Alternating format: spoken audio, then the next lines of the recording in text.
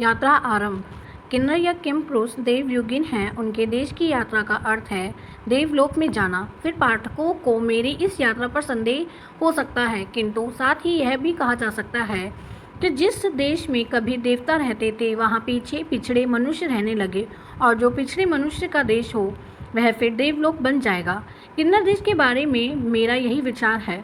यदि भारत पीछे नहीं हटा, और पीछे हटना असंभव है क्योंकि वहाँ मृत्यु घात लगाए हुए हैं, तो वह किन्नर देश इस शताब्दी के अंत में देवलोक बन के रहेगा। किन्नर देश हिमाचल का एक रमणीय भाग है जो तिब्बत की सीमा पर सतलज की उत्पत्तिया में 70 मील लंबा और प्राय उतना ही चौड़ा बसा हुआ है। इसकी निम्नतम भूमि 5000 फुट से नीचे नहीं है और ऊंची बस्तियां 11000 फुट से भी ऊपर बसी हुई हैं। इसका थोड़ा सा ही भाग है जहां मानसून के बादल खुलकर पैर रखने पाते हैं, नहीं तो अन्यत्र उन्हें फूंक फूंक कर पैर रखना पड़ता है। यदि मेघदूत के यक्ष के दूत को उसकी प्रेयसी के पास संदेश ले जाना अवश्य ही था तो उसे इस रास्ते जाना पड़ा होगा, और यदि मेघदूत के रसिक पाठकों को किसी कारण से इधर आना पड़े तो उन्हें इधर के दृश्य को देखकर अपने श्रम के व्यर्थ जाने का पछतावा नहीं होगा। किंतु अभी मैं अपने रसिक पाठकों को इधर का निमंत्रण नहीं दूंगा, नहीं तो वह रास्ते भर मुझे कोसेंगे, और कुछ की प्रेयसियों को वर्षभोग शाप से भी मुक्ति नहीं मिलेगी और वह जीवन भर मुझे शाप देती रहेंगी। हाँ, ऐसी ही विगड़ मार्ग कहीं कहीं आ जाता है जहाँ पैर कांपने लगता है और आंखें नीचे से ऊपर देखने की हिम्मत नहीं करती। किन्नर शब्द ही बिगड़कर आजकल कन्नौर बन गया। यहाँ पहुँचने के कई रास्ते थे। प्राचीन काल में सबसे प्रसिद्ध रास्ता देहरादून जिले में उस जगह से ऊपर चढ़ता था जहाँ कालसी नदी थी, जिसके यमुना तट पर अभी एक शिला पर अशोक के धर्मलेख खुदे हुए हैं। आज इस रास्ते नीचे के लोग यहाँ नहीं आते, किंतु कन्नौर के लोग कालसी को भूले नहीं हैं। अब भी जाड़ों में वह अपनी हजारों भेड़ बकरियों को लेकर वहां पहुंचते हैं। जाड़ों में किन्नर भूमि बर्फ से ढक जाती है। उस समय कालसी की गर्म भूमि और उसके पहाड़ों की पत्तियां इनकी बड़ी सहायता करती हैं। यमुना और गंगा की ऊपरी पर्वतीय घाटियों से भी यहाँ पहुँचा जा सकता है। यद्यपि इन दुर्लभ डांडों को किन्नर लोग ही जाड़ों के लिए पार करते दिखलाई पड़ते हैं। यहाँ आने का प्रचलित मार्ग शिमला से कोटगढ़ को सतलज उत्पत्तिया से है। रास्ते की जिन कठिनाइयों का मैंने ऊपर कुछ वर्णन किया, उसे देखते हुए मेरा इधर आना, विशेषकर दूसरी बार आना, बुद्धिमानी का काम नहीं समझा जाएगा, किंतु क्या करना है, इसे आदत से मजबूरी और भाग्य का फेर समझ लीजिए। हिमालय का आकर्षण और गर्मियों से बचना दोनों ख्याल सिर में चक्कर मार रहे थे जबकि मैंने प्रयागराज के 113 डिग्री के तापमान से 3 मई को विदाई ली। सवेरे 8:30 बजे गाड़ी चली और 12 घंटे बाद हम शिमला में थे। कितना अंतर, कहाँ तीर्थराज के आवे की तपसी और कहाँ शिमला की शीतल मंद समीर, किंतु यह कितनों के भाग्य में बदी है। मेरे भाग्य में भी नहीं, जो 10 दिन बाद ही शिमला छोड़ खतरे को मोल लेने के लिए आगे बढ़ना पड़ा। शिमला में आतिथ्य के लिए ही श्री लाला लाजपत राय नायर तथा उनकी योग्य बहिनी तथा हिंदी की उदीयमान लेखिका कुमारी रजनी नायर का कृतज्ञ होना है। उन्होंने आगे की यात्रा के लिए परिचय और पत्र प्राप्त करने में बड़ी सहायता की। दूसरे व्यक्ति जिनका मुझे कृतज्ञ होना चाहिए वह हैं श्री N.C. मेहता, जिनकी कृपा का पात्र मुझे यहीं पहली बार नहीं बनना था। तिब्बत की यात्राओं से भी उनकी दिलचस्पी रही है। अब की तो मैं उन्हीं के शासित हिमाचल प्रदेश में जा रहा था। उन्होंने मेरी यात्रा को सुकर बनाने का प्रयत्न किया। कितनों सुखमय बनने के लिए तो अभी और भारी श्रम और समय की आवश्यकता है। वैसे शिमला में नारकंडा तक मोटर बस और फिर ठाणेदार कोटगढ़ तक लारी चली आती है, किंतु इस समय शिमला में पेट्रोल की कमी हो गई और नारकंडा से आगे पैदल चलना छोड़ दूसरा चारा नहीं रहा। पहाड़ों में प्राय सभी जगह जहां बस लारी नहीं मिलती, सामान लेकर चलने वाले आदमी के लिए कठिनाई आती है। 22 साल पहले जब मैं पश्चिमी तिब्बत से इस रास्ते लौट रहा था तो निचले नौला गांव में 3 दिन बैठा रहना पड़ा। उस सतवार सांसद गांव में न रहने का ठोर मिल रहा था, ना भार ढोकर 3 मील ऊपर पहुंचने के लिए आदमी। अब की बार नारकंडे में रहने को जांग बंगला तो मौजूद था, लेकिन ठहरने की नौबत नहीं आई। रामपुर हाई स्कूल के हेडमास्टर पंडित दौलत राम साथ थे। उन्होंने सामान के लिए खच्चर ढूंढ निकाला। यद्यपि पिछले सितंबर से मैंने न हिलने डुलने की कसम सी खाकर जीवन को डायबिटीज के हाथ में सौंप दिया, तो भी ठाणेदार तक पैदल चलने के लिए तैयार हो गया। डायबिटीज़ को मैंने निमंत्रित किया। यह अवशिष्ट जीवन में बहुत बार कहने के विषय है और मैं कहूँगा भी। यदि किसी में सचमुच उसके बारे में पहले हृदयंगम करा दिया होता तो मेरे जैसे कितने ही बच जाते। यही तो हृदयंगम कराना था कि पर्याप्त भोजन पाने वाले आदमी को कुछ शारीरिक श्रम, चाहे चलने फिरने के रूप में ही हो, अत्यंत आवश्यक है। नहीं तो उसका दंड है डायबिटीज, पेशाब में चीनी, जरा से घाव और फुंसी का भी जहरबाद के रूप में परिणत होना। अभी तो हिमाचल प्रदेश का नाम भर उज्जीवित हुआ है और उसे रामपुर, जुब्बल आदि 21 रियासतों को मिलाकर बनाया गया। बिसलपुर जैसे कितने ही राजाओं को प्रजा की इच्छा के बिना ही अपनी अलग खिचड़ी पकाने को छोड़ दिया गया। भला 10-11 लाख की आबादी का प्रांत कैसे अपनी आर्थिक योजनाओं को ठीक से चला सकता है। हिमाचल वासियों को स्वयं इस भूल का सुधार करना होगा। खैर, हिमाचल प्रदेश बनने का लाभ हमें इस यात्रा में हुआ, इसे स्वीकार न करना कृतघ्नता होगी। हमने समझा था ठाणेदार तक बस लारी पहुंचा देगी, इसलिए रामपुर से घोड़े नहीं मंगवाए थे, जिससे नारकंडे से पैदल ही चलना पड़ा। शिमला के 10 दिन के निवास में मैं रोज मील 2 मील चलता फिरता रहा। इसका एक फल तो हुआ कि चलने में मुझे हिचकिचाहट नहीं हुई। उधर पंडित दौलत राम आगे बढ़े गए थे, जिनमें घोड़ों को रामपुर लौट जाने से रोके। मेरे साथ के लिए हरिद्वार के पांडे मिल गए, जो इधर अपनी यजमानी में जा रहे थे। मोटर बस पर उन्हें चक्कर आने लगा था और मैं तो समझने लगा था कि 1-2 साल के तपेदिक के मरीज हैं, किंतु 3 घंटे के विश्राम के बाद फिर उनका मुंह हरा हो गया। चलने में हम लोगों की गति 4 मील प्रति घंटा थी, किंतु पहले ही घंटे तक दूसरे घंटे वह 3 पर उतर आई। कलाई खुलने ही वाली थी कि साइस घोड़ा लिए चला आया और बाकी 3 मील की यात्रा पथ पानी से कट गई। ठाणेदार के डाकबंगले पर हम सूर्यास्त से पहले ही पहुंच गए। पांडे जी भोजन छाजन की सुविधा के लिए पगड़गड़ी से उसी शाम नौला पहुंच जाना चाहते थे। मैंने एबमुश्त कहा, हाँ, नौला ही वही गांव है जिसको मैं 7 सांसद कह चुका हूँ। और पांडे जी उसी बनिया आज यजमान के घर बड़े चाव से जा रहे थे, जिसने 12 साल पहले न अपने मित्र के पत्र का ख्याल किया, न मेरे परदेसी होने का। ढोने वाले आदमी के प्रबंध की बात तो अलग, उसने बैठने तक के लिए जगह नहीं दी। दुनिया में ऐसे विरोधी समगम बहुत दिखने को मिलते हैं। मुझे उस बनिए के व्यवहार से निराशा होने की आवश्यकता नहीं थी, क्योंकि मानवता ने ऐसे समय अनेक बार मेरी सहायता की है। थानेदार से मैंने डाकबंगले तक ही सहायता की आशा की थी, किंतु यहाँ पुराने परिचित डॉक्टर भगवान सिंह बुद्ध मिल गए और नया परिचय हुआ राय साहब देवदास से। नरम गरम भिटूरे खाने में बहुत मधुर लगे। मंगोल घुमक्कड़ से यह भी मालूम हुआ कि गेसे धर्मवर्धन को इसलिए पकड़ा गया कि उन्होंने मंगोलिया की आधुनिक व्यवस्था की प्रशंसा की। गेसे धर्मवर्धन ने धर्मपद ही नहीं, गीता और अभिज्ञान शकुंतला का सुंदर पदबद्ध अनुवाद किया। इस पुरुष से तिब्बती साहित्य को बहुत आशा थी, किंतु आज वह लहासा में बंद है। मंगोल घुमक्कड़ की कथा अनुसार उन्हें जेल में नहीं, नगर में बंद रखा गया है। उन्होंने बताया कि रिड्ढित की हत्या के बाद देवपुर का कोई घोड़ा रिजेंट बनाया गया, जिसके बाद कुंडेली लामा के रिजेंट होने की संभावना है। लहासा में बहुत से लामा और विद्वान तलवार के घाट उतारे गए हैं। बहुत से गद्दीधारी लामा गले में काट मारे बंदी का जीवन बिता रहे हैं। यह सब है प्रभुता के लिए। दलाई लामा अभी 14 साल का बच्चा है। अभी उसे प्रभुता कांक्षियों को भय नहीं है, किंतु क्या तिब्बत ऐसे ही रहेगा? तिब्बत के भाग्य का फैसला चीन की रणभूमि में हो रहा है। ब्रह्मचार्य चैतन्य। जब मैंने ब्रह्मचार्य चैतन्य के साहस का बखान किया तो रेजर शर्मा ने कहा, क्या वही जो पंगी में एक स्त्री के पीछे पागल हो गया?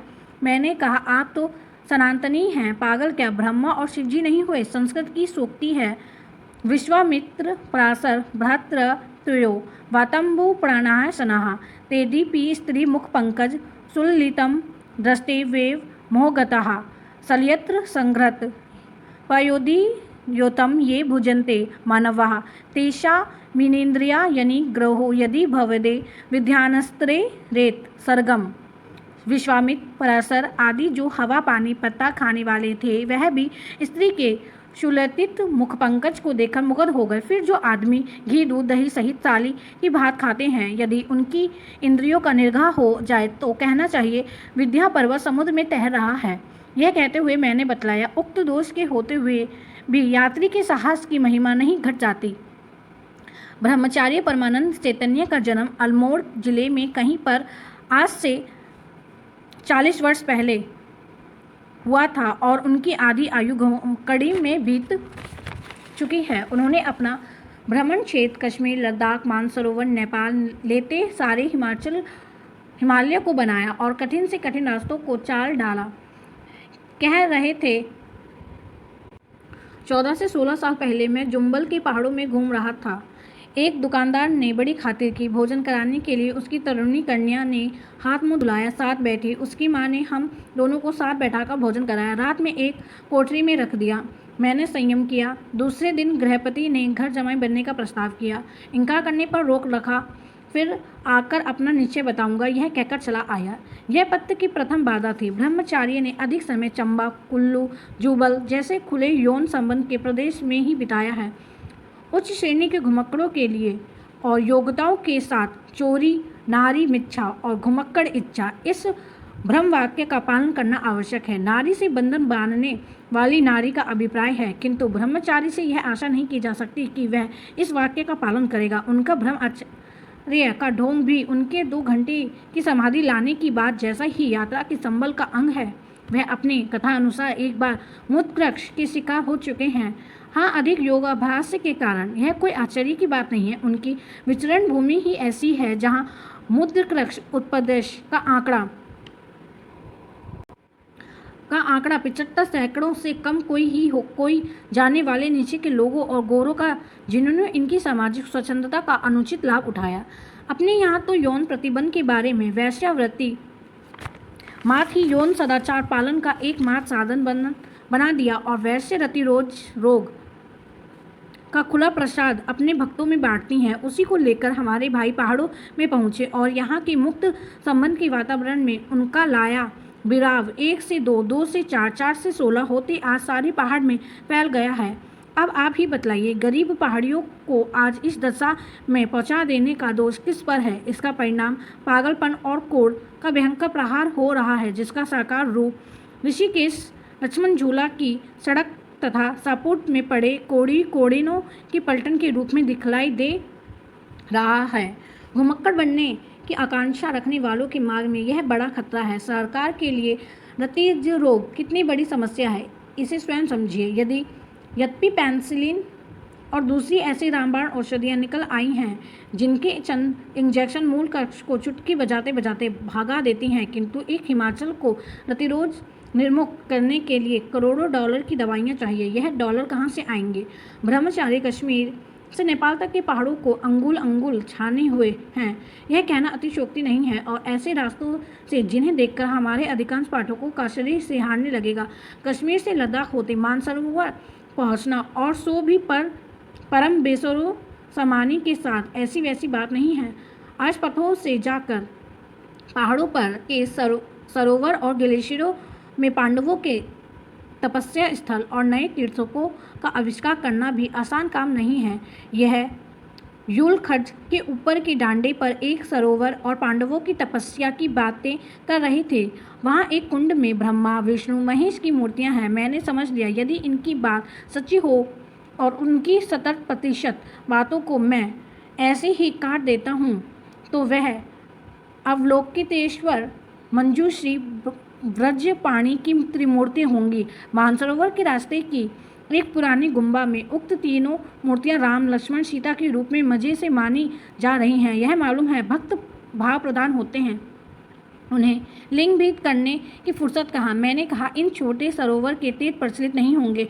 मानसरोवर काफ़ी है। यदि आविष्कार करना ही है तो जाओ लहूल के परले पार लद्दाख के रास्ते पर। वहाँ एक नए पर्वत की जड़ से मोटी मोटी सहस्त्र धाराएं निकल रही हैं, जिनको हिंदू आसानी से तीर्थ मान सकते हैं। यद्यपि वहाँ पहुँचने के लिए कुल्लू से 2 जबरदस्त जोते पार करनी पड़ेंगे, जिनमें एक के पास का पर्वत तो जान पड़ता है विशाल कछुए की तरह सरक रहा है और हर समय उस पर से पत्थर गिरते रहते हैं, किंतु इस कठिनाई को हमारी विमान कंपनियों के स्वामी धर्मात्मा सेठ हल कर सकते हैं। वहाँ फुलक डंडा में काफ़ी मैदानी जगह है। वहाँ थोड़े से परिश्रम से छोटे पत्थरों को हटाकर हवाई मैदान बनाया जा सकता है। बल्कि आजकल तो शायद हमारे सैनिक विमान उसी आकाश से हर रोज जा रहे हैं। ब्रह्मचारी मेरी बात को इतना ध्यान से सुन रहे थे मानो वह कल ही वहां जाकर किसी तीर्थराज का झंडा गाड़ देंगे। मैंने एक बार उस आनाम तीर्थ का महात्म एक सिख तीर्थयात्री को भी बतलाया था जो गंगोत्री की और गुरु गोविंद की सिंह की तपोभूमि को ढूंढ रहे थे। कहीं ब्रह्मचारी के जाने से पहले ही फोलक डंडा का आनाम तीर्थ गोविंद तीर्थ ना बन जाए। ब्रह्मचारी के नेपाली गुरु चंबा में रहते हैं जहाँ उनकी सिद्धि की बड़ी ख्याति है। चंबा तो उनके लिए घर सी ही ठहरा। पर्यटन विधिधानलोकन 3 वर्ष पहले वह किन्नर देश में पहुंचे। लद्दाख, स्पीति, मानसरोवर की अनेक यात्राओं के संपर्क में वह तिब्बती भाषा का कामचलाऊ ज्ञान रखते हैं। उनके प्रतिद्वंदी घुमक्कड़ मोनेरोला के पास वह ज्ञान नहीं है। साथ ही शक्ति उपासक होने से बुद्ध लामाओं के प्रति ब्रह्मचारी बहुत उदार है और लोगों को भक्त आचार्य वैष्णव बनने की नहीं, अभेद बुद्धि की शिक्षा देते हैं। मई के प्रसाद के मई के भांति ही अन्य भक्त हैं और दिन में जितनी बार मिल जाए अधिक से अधिक फलाह मानते हैं, किंतु माँ से वैसा ही सख्त परहेज रखते हैं जैसे मई के सामने साष्टांग दंडवत करने वाले कितने ही गुजराती मारवाड़ी सेठ कहते हैं। शुद्धि सेवन करने पर मई हाथ से काटे बकरे का मांस मांगेगी, अभी नारियल या कोसमांड की बलि देकर छुट्टी ले लेता हूँ। ब्रह्मचारी की आयु 40 के आसपास है। सिर पर तलकत, दीर्घकेश और मुंह पर लंबी दाढ़ी रखते हैं। दोनों में अभी सफ़ेदी का स्पर्श नहीं हुआ है। 3 वर्ष पहले कैलाश से विचरते वह यहाँ से 6 मील आगे पंगी गांव में पहुँचे। 2-4 दिन ठहरे, लोगों में श्रद्धा देखी, निश्चय किया यहीं योग समाधि लानी चाहिए। जानते थे तिब्बत के लामा 3 साल और कोई तो जन्म भर के लिए गुफा में बंद हो जाते हैं। भक्त लोग उनके खान पान को एक छिद्र से रख आया करते हैं। ब्रह्मचारी ने 3 साल की प्रतिज्ञा ली। पंगी में सड़क 8,150 फीट की ऊंचाई पर है। ब्रह्मचारी ने उससे भी 3,000 फीट ऊपर के स्थान को चुना जहां पहुंचने से पहले वृक्ष कटिबंध समाप्त हो जाता है। भक्तों ने वहां उनके लिए 7 कोठरियों जब दूसरे दिन भी होती देखी तो व्रत का स्थगित रखना पसंद नहीं किया और बरसाती महीने पुण्य सागर के साथ टहलने निकल पड़े। पीछे तो देखा वर्षा बराबर व्रत तोड़ना चाहती है, किंतु यहाँ विश्वामित्र का तो व्रत नहीं था और अब तो वर्षा से यहाँ के किसान भी ऊब गए हैं। यद्यपि बंद कराने के लिए वह अपने देवता को मेघ देवता के पास भेजने के लिए तैयार नहीं। क्या जाने वर्षा महीनों के लिए न रुक जाए। किसानों की मेघ देवता के विरुद्ध शिकायत बजा है, यह तो मैं एक प्रतिष्ठित व्यक्ति के तौर पर कह सकता हूँ। यह चूलियों के पकने का समय है। चूलियाँ कन्नौर वालों के लिए सब कुछ है। जून के अंत में पकने लगती हैं और पहाड़ की ऊंचाई के अनुसार अगस्त के आरंभ तक पकती चली जाती हैं। उनका सुनहाल और किसी किसी का सुंदरी रंग देखने में बहुत सुंदर और खाने में मधुर, खासकर फसल के पहले हफ्ते में मालूम होता है। फसल के समय लोग डटकर खाते हैं। पथिकों को पाथे ले जाने की आवश्यकता नहीं है। मैं भी बहुत लोगों ने यद्यपि हाल ही की गिनती में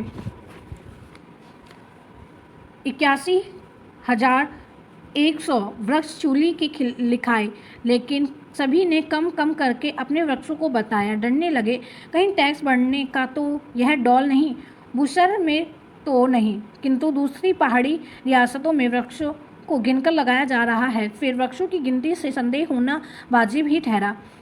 फलदार वृक्षों की गिनती मैंने तहसीलदार साहिब से कहकर करवाई, जिसमें वृक्षों की संख्या देखकर सरकार प्रभावित हो और फलोत्पादन की वृद्धि के लिए बड़ा और तेज कदम उठाए। लोगों ने वृक्षों की संख्या आधा करके बतलाई। तो भी देखिए उन वृक्षों की संख्या कितनी है जिनके फलों को खरीदने के लिए हमें हर साल पाकिस्तान को हजारों गांठे कपड़े और लाखों मन चीनी आदि देना पड़ेगा। चीन सहेली में उनकी संख्या है। अंगूर, सेब, नाशपाती, आड़ू, आलूचा, खुबानी, बादाम, पिस्ता, अखरोट। अंगूर 1,811, सेब 10,154, नाशपाती 1,157, आड़ू 1,623, आलूचा 762, खुबनी 723, बादाम 454, पिस्ता 11 अखरोट 11,112।